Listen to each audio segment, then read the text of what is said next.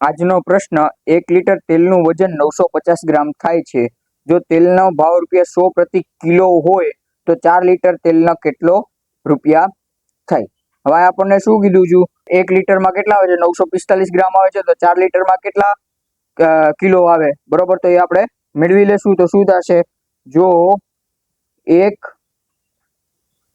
લીટરમાં 945 ગ્રામ તો 4 લીટરમાં કેટલા ક્રોસ ગુણાકાર થશે?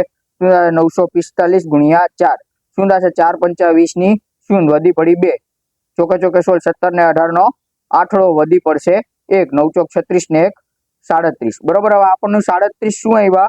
ગ્રામ આવ્યા. હવે આને જો કિલોમાં ફેરવવા હોય તો 1000 વડે ભાંગવા પડે. બરોબર, એટલે આને આપણે 1000 વડે ભાંગશું તો શું થશે?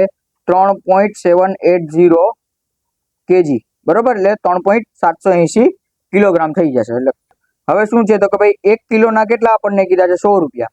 તો આપણને મળી જાય, જો 1 કિલોના 100 રૂપિયા તો 3.780 કિલોના કેટલા? શું થશે? 3.780 ગુણ્યા 100. બરોબર, છેદમાં 1 તો કોઈ કામનું નથી. હવે શું થશે? આપણને ખબર છે એમ દશાંશ અપૂર્ણાંકમાં જ્યારે ગુણાકાર થાય ત્યારે જેટલા શૂન્ય એટલા પોઈન્ટ ડાબી બાજુથી જમણી બાજુ ખસે. તો આ 2 શૂન્ય છે એટલે 2 પોઈન્ટ ખસશે, એટલે 378 રૂપિયા આપણો જવાબ આવે. બરોબર, એટલે ઓપ્શન આપણો ડી સાચો પડશે. ઉપરના પ્રશ્નનો જવાબ તમારે કમેન્ટમાં આપવાનો છે અને આવા જ પ્રશ્નો માટે ફોલો કરો ઇન્સ્ટા અને યુટ્યુબ પર.